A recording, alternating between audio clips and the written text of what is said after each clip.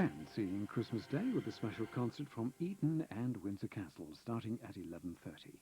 Now it's news time. From the studios of ITN, the news with Dermot Murner.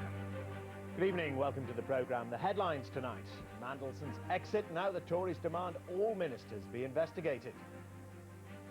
Halfway round, Branson and his team face their toughest test. And from Britain with love, Romanian orphans get an early Christmas from our school children. The Conservatives today demanded an inquiry into the financial affairs of every minister in the wake of the home loan row.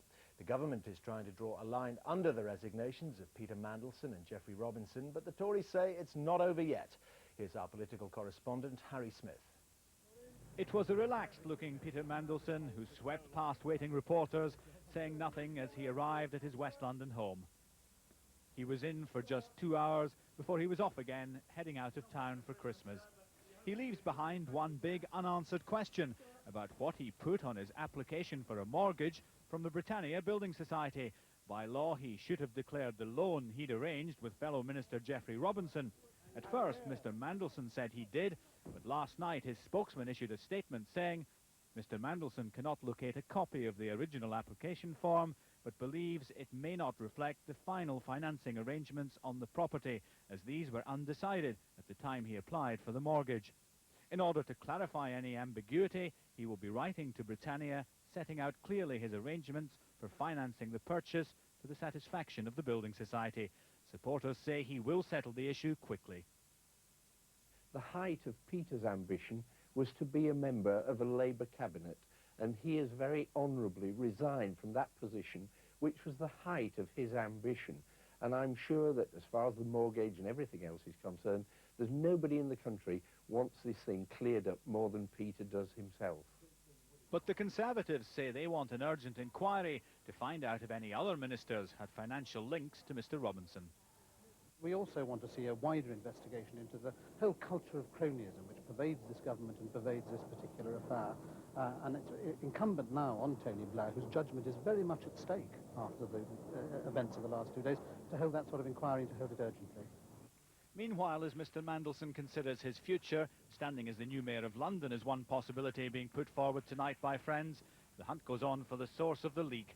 One suggestion is that it was Charlie Whelan, here on the right, the press secretary to Gordon Brown, whose supporters have a long history of feuding with those of Peter Mandelson.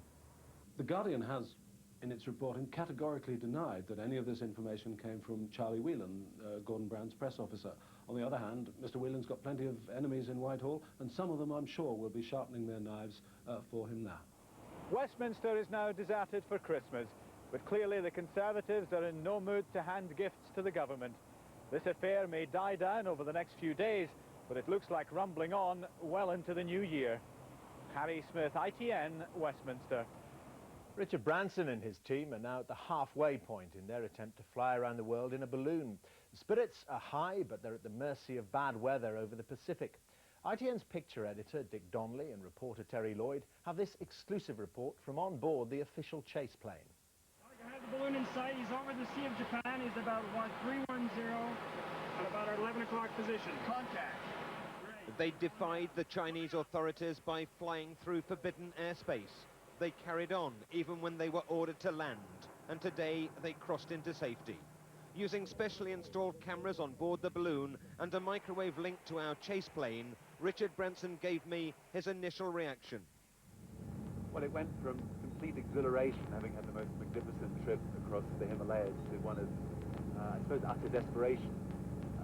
We had to go into China. We had no choice. The wind was taking us there. These pictures were taken from the pilot's capsule as it was carried over China, the latest in a series of trouble spots for Branson's team. With Libya, Iraq and China now behind them, the route ahead should be trouble-free for the balloonists. But they still have the Pacific, America and the Atlantic Ocean to cross before they get close to the finishing line. The pilots can concentrate on ballooning once again, now the diplomatic wrangling's over. Normally we would have thought that the Pacific was going to be our biggest challenge and the most frightening part of the journey. obviously we've had so many diplomatic problems today that the Pacific seems almost friendly by contrast. With so many ups and downs, the balloonists